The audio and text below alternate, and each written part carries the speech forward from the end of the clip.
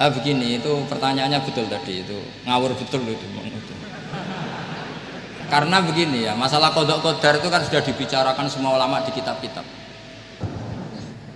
Ngapunten dumateng para kiai, para gus, para hadirin, hadirat peserta kuliah umum, wabil khusus dumateng narasumber.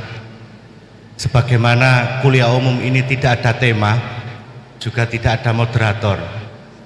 Alasannya keranten satu, narasumbernya kiai, mosok kiai diatur, sul adab. Niki alasan yang nomor dua sebenarnya. Yang nomor satu niku sanjange, niki 153 dosen inkafa niki sami ajri dados moderator. Keranten narasumber nggo jlokan sanjange. Nyuwun izin dateng Kiai Ahmad Bahaudin menawi wonten pertanyaan dari hadirin maupun hadirat dari mahasiswa mahasiswi diberi kesempatan niki nggih. Saderengipun ditutup kalian doa. Nyuwun izin rumiyin keranten narasumber kiai. Nggih, alhamdulillah dipun paringi izin. Monggo. Yang mau bertanya ada 2 mic. Pertanyaan boleh disampaikan dengan catatan pertanyaannya harus berbobot. Kalau tidak berbobot mungkin cukup MC yang menjawab. Lah masa Gus Bahak jauh-jauh dari Lasem ke sini, beliau ini kan terkenal di YouTube, di medsos sebagai kiai muda yang alim. Pertanyaannya harus berbobot, jangan memalukan inkafa. Harus benar-benar fakih, bukan mutafakih.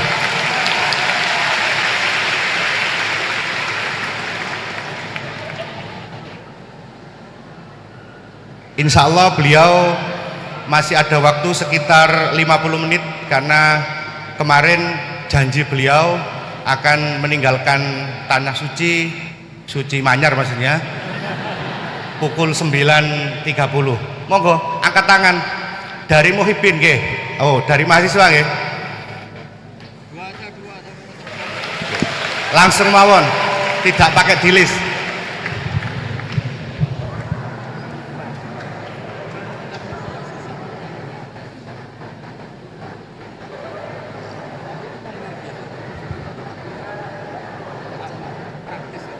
Berdiri saja, berdiri. Ya.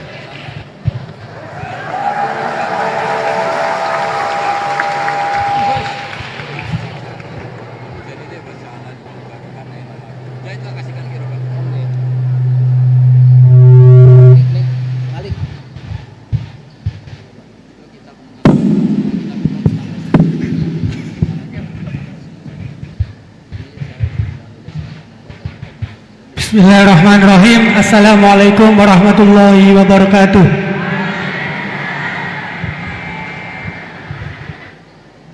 Langsung saja, ngapunten Gus.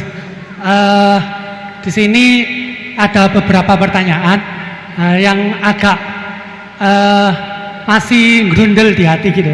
Soalnya belum dapat belum dapat jawaban. Yang pertama mengenai dari tadi penjelasan dari Gusti Allah menciptakan hamba di dunia ini, ada yang taat dan ada yang suka bermaksiat gitu. Mengenai takdir Allah Subhanahu wa taala, Allah menciptakan hamba-hambanya dengan variasi yang berbeda. Kemudian manusia diciptakan dengan dibekali dengan akal untuk membedakan dari setan dan juga malaikat. Kemudian pertanyaan saya, dulu mana Gus antara takdir yang ditentukan oleh Allah atau pilihan akal kita gitu, begitu intinya.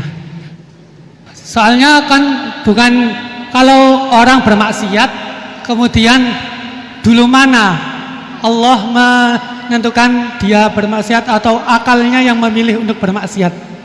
Itu pertanyaan yang pertama. Untuk pertanyaan yang kedua, nggih ngapunten. Untuk pertanyaan yang kedua, intinya kan tadi istihad daripada ulama itu menentukan hukum yang berbeda-beda. Terus kemudian kita sebagai yang hanya tabik saja mengikut, itu bolehkah? Kan dari kata guru saya, kalau hukum fikih itu yang ringan-ringan disebarkan nggak apa-apa. Kalau tapi yang berat-berat dipakai sendiri gitu. Tapi biasanya kan kita kebalikan. Yang ringan-ringan soalnya kita tahu ilmunya, kita yang pakai. Terus kalau ada orang yang tanya, biasanya kita yang kasih yang jawaban yang berat-berat daripada hukum fikih. Jadi yang saya tanyakan, kalau berpindah hukum dari awalnya ikut imam ini terus kemudian ikut imam ini, itu bagaimana batasan-batasannya gitu. Syukron. Baik, terima kasih.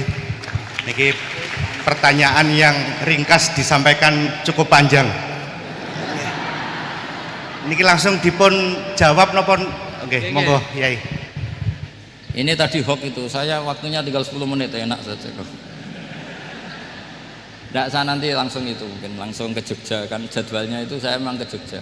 Baru ini saya ke Jogja naik pesawat, gara-gara hormat ke Mas Buhin. Sepanjang hidup saya nggak pernah ke Jogja naik pesawat, baru ini nanti rencananya naik. Karena tak hitung kalau pakai kereta atau bis nggak menangi ngaji di Jogja. Saya jadwalnya ngaji di Jogja nanti jam 4:30. Begini, itu pertanyaannya betul tadi, itu ngawur betul itu. Karena begini ya, masalah qadha qadar itu kan sudah dibicarakan semua ulama di kitab-kitab. Satu, kita ngikuti ahlul hakikah. Idza dzukiral qadar fa'amsiku. Kalau qadha qadar sudah dibicarakan fa'amsiku, kamu harus diam di situ.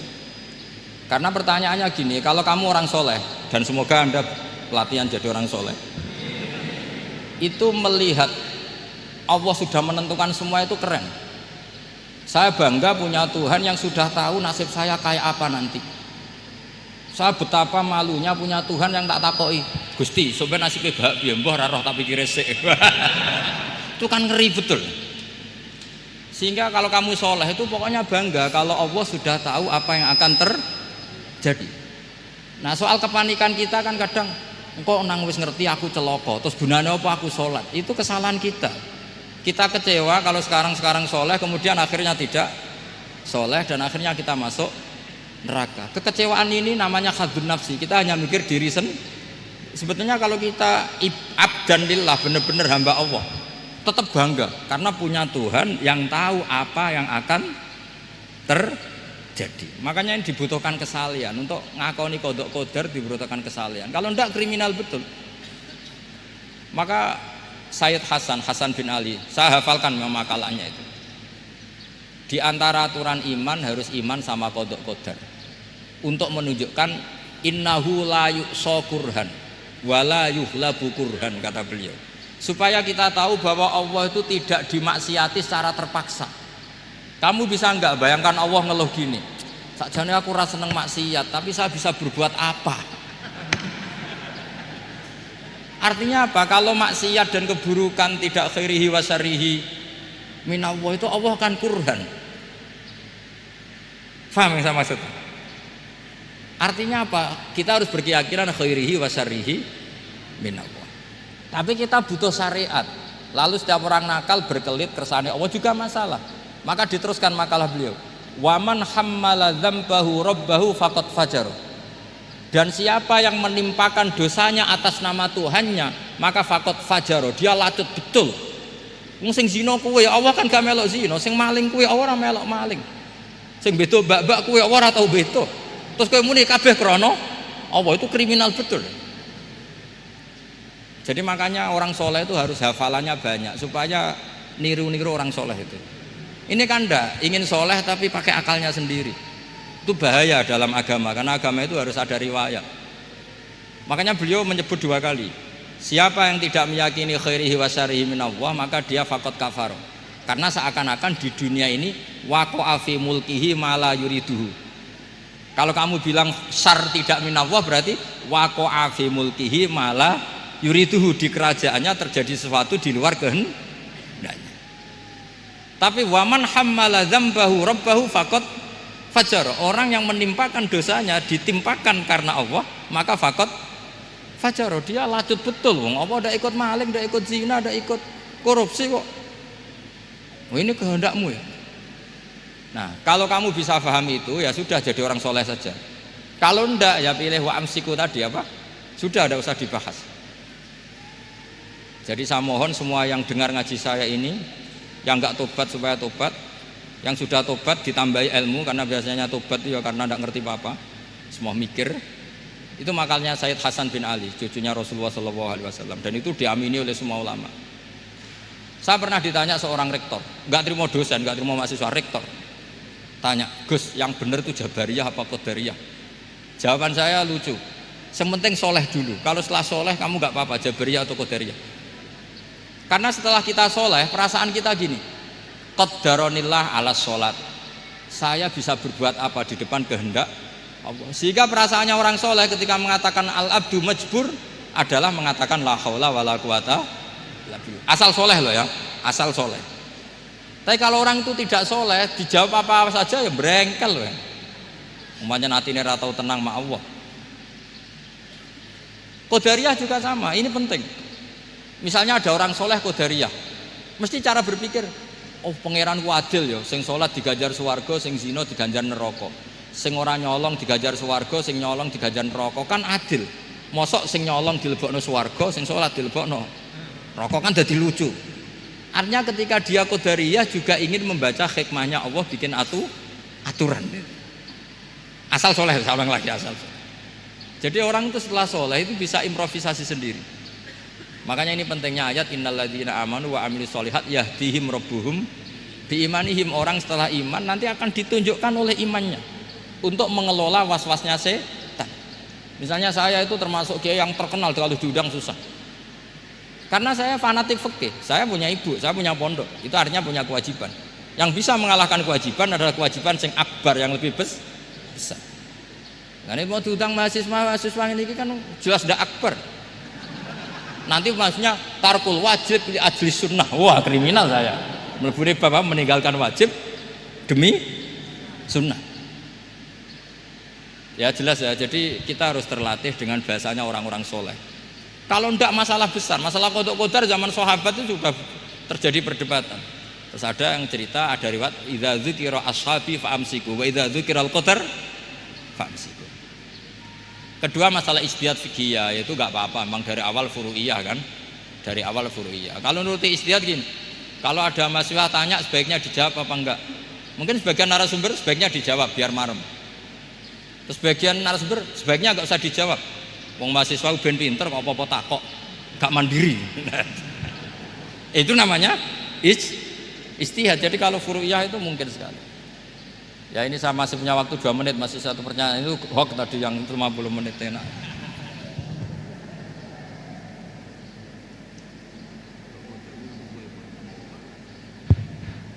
Menawi masih ada, monggo.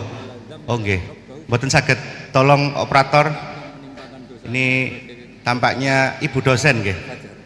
Nggih, mestinya kalau ibu dosen itu banyak menjawab, tidak banyak tanya.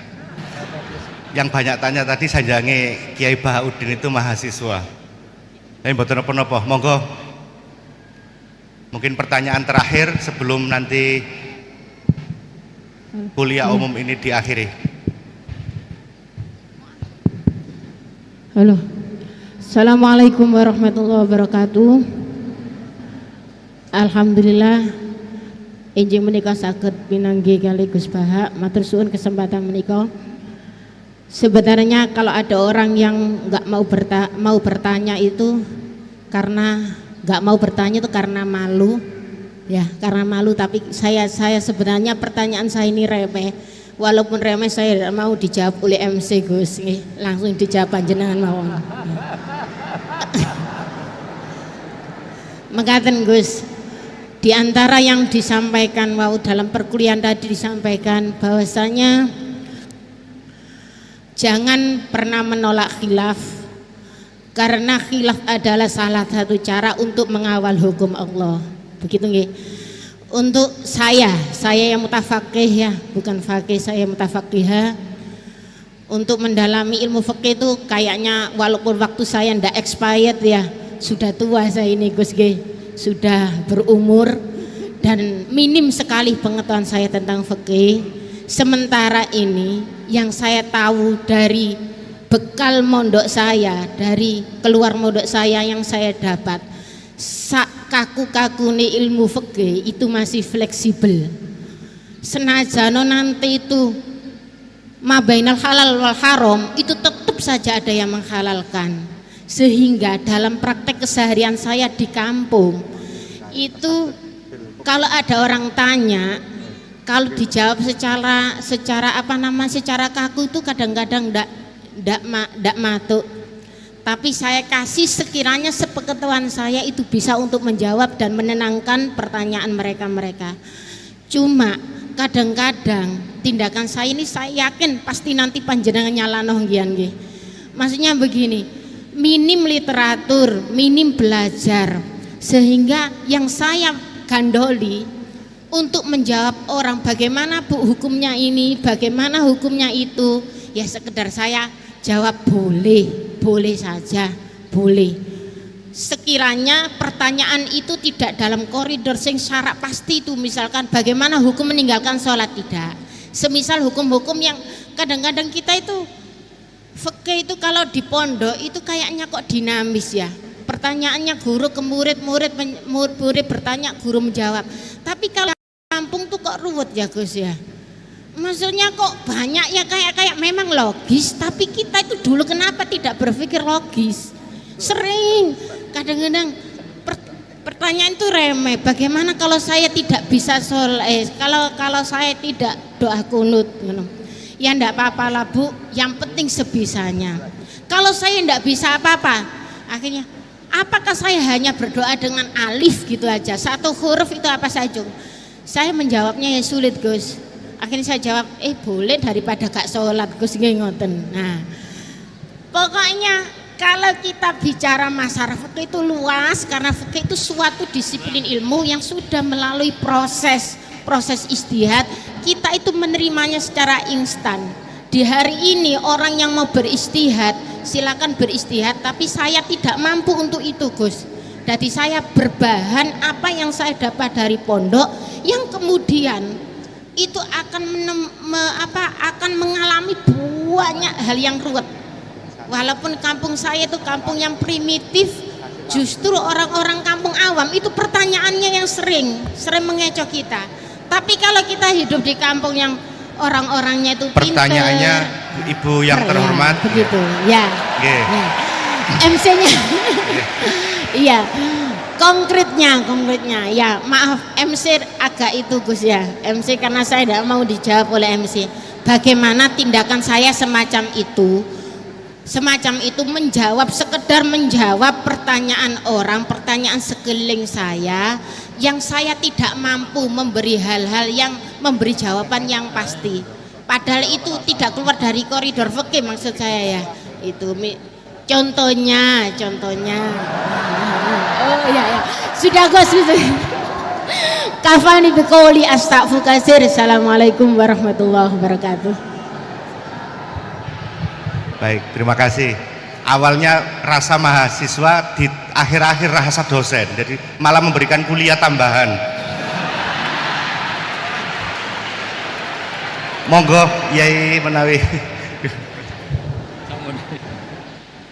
Ya bismillahirrahmanirrahim. Itu udah pertanyaan itu curhat. Ya kalau orang latihan jadi tokoh ya memang bingung-bingung sedikit itu bagus lah itu. Ya bagus gak masalah kan. Sampean bingung terus kelihatan bingung ya bagus, jujur ya. Kalau orang latihan jadi kiai, jadi bunyai ya memang begitu ya.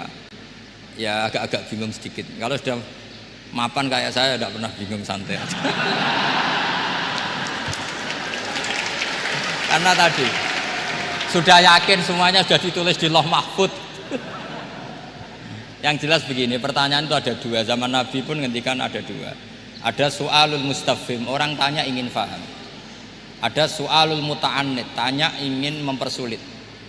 Nah biasanya masyarakat juga dua tadi, ada tanya ingin tahu, ada tanya yang muta'annid. Muta'annid itu memojokkan kiai. Ya, saya pikir ini sudah dosen pasti tahu gelagatnya orang ini muta'annid apa mustafhim, memang benar-benar tanya apa mempersulit. Misalnya kita ketemu orang fasik ya ada dua, ada yang lugu apa ada yang enggak. Kalau yang lugu tanya caranya tobat, yang memang ingin tobat. Kalau yang enggak ya memang hanya muta'annid.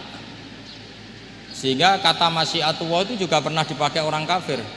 Wa qala alladziina asyraku law sya'allahu ma asyrakna. Kata orang-orang musyrik, kalau kita dikehendaki Allah juga tidak melakukan musyrik. Tapi mereka ingin menjebak Nabi bahwa kamu yang kampanye tentang masyiah, berarti kita musyrik pun karena masyiah. Orang kampung juga gitu. Saya masih ingat guru saya Kiai Haji Maimun Zubair pernah ditanya tentang orang haid yang karena free sex, karena seks bebas. Bukan karena ketularan atau karena orang lain. Memang dia sendiri yang nakal. Yang tanya dokter, tentu yang tanya dokter. Dokter itu berambisi menemukan obat haid. Jawabannya Mbah Mun itu unik, padahal beliau itu sangat sayang sama umat. Jawabannya beliau gini, dok, sesuatu yang menjadi hukuman Allah supaya orang mau kembali tobat, ya Allah diberi hak. Intinya kan mesti misalnya ada orang hidupnya boros, kemudian punya utang banyak, dia agak dipercaya masyarakat. Terus kamu ditanya solusinya gimana? Ya gak perlu ada solusi. Itu memang hukumannya orang yang salah. Biar roh rasane lahum fid dunya khizyun, ada unsur kehinaan. Ada orang selingkuh dikucilkan masyarakat. Terus tanya kamu gimana caranya nggak dikucilkan?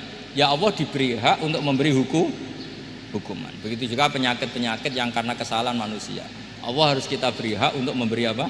Hukuman. Meskipun berkali-kali kita memberi pintu apa? Tobat. Nah, biasanya juga gitu. Orang belajar itu wajib nggak? Kan wajib. Masyarakat tuh nggak mau belajar tentang agama. Kemudian karena nggak belajar, setiap ada masalah agama dia tidak bisa. Terus galau. Ya Allah beri hak memberi sanksi orang yang nggak mau belajar itu kan membawa kebodohan. Kebodohan itu mesti zulumat, mesti kegelapan. Kegelapan menjadi kegalauan. Jadi misalnya ada mbak-mbak sampai perawan tua agak nikah atau kangkang sampai jaka tua agak nikah, tanya saya, Gus caranya nikah gimana? Itu keangkuhan kamu, wis ra ganteng pilih-pilih. Mesti harus gitu jawabnya. Karena memang yang menyebabkan itu adalah keangkuhan. Wis ngerti elek ora Gus, ora anak wong sugih, njuk wong ayu. Lalu gak payu rabi itu karena keangkuhan apa karena apa coba? Nah itu zaman Nabi sudah gitu ya, ada su'alu mustafimin, ada su'alu muta'annidin. Terus ada beberapa masalah yang sebetulnya itu hukuman Allah. Saya tuh merasa kaya, bahkan mungkin kategorinya kaya sekali, bukan karena materi saya banyak, enggak. Saya ini pengagum hadis atau riwayat lah, kalau kamu gak percaya itu hadis karena muttorib. Wa'mal li akhiratika ka'annaka tamutu apa? Godan. Beramallah untuk akhiratmu seakan-akan kamu mati besok. Saya ini kan harus kecelok kiai gede, di 200.000 menurut saya itu banyak sekali. Wong urip nganti sesuk di 200.000 ini mewah menurut saya itu. Sampean kan enggak, wis ora kiai, goblok, bayangno urip nganti 10 tahun ke depan. Duit 2 juta ya kurang, 10 juta ya kurang. Padahal konsep kita ini kata Rasulullah atau kata ulama lah yang jelas itu. Ngamallah untuk akhiratmu seakan-akan mati besok. Maka hidup saya itu tenang sekali. Cara ada masalah, misalnya saya suatu saat sampean bully, paling pikiranku dibully masyarakat, sesuk wis mati, sesuk wis bar. Sesuk kok isih urip, bayangno sesuk meneh, sehingga aku nganggep punya masalah hanya sehari. Kamu kan nggak bayangkan hidup itu panjang, sehingga yang merasa miskin terus. Sehingga kadang merasa istrinya kok ini terus padahal masih panjang. Jadi kalau kamu pakai konsep ulama tadi, wa'mal li akhiratika ka'annaka tamutu ghadan. Beramalah untuk akhiratmu seakan-akan kamu itu mati besok. Sehingga yang saya asik ya kalau sholat itu saya asik, ngajar asik. Karena ini untuk bekal mati. Kalau uang betul. Tanyakan istri saya punya uang 200.000 itu anggap banyak sekali. Wong urip nganti sesuk ada duit 200.000 itu mewah betul. Terus kemudian ada orang galau. Uang 10 juta kurang 20. Kegalauan ini adalah dia salah persepsi. Nganggep urip itu panjang. Ini wayul hihimul amal, orang yang dibuai oleh angen-angen. Lah ini mlebu alhaakumut takatsur hatta zurtumul maqabir. Ya bu dosen yang rasa mahasiswa ya, atau mahasiswa yang rasa dosen tadi kata MC. Ini enggak gitu, keliru MC. Dosen yang rasa bunyai. Jadi lebih keren. Dosen yang apa? Rasa bunyai. Ya saya kira demikian. Assalamualaikum warahmatullahi wabarakatuh.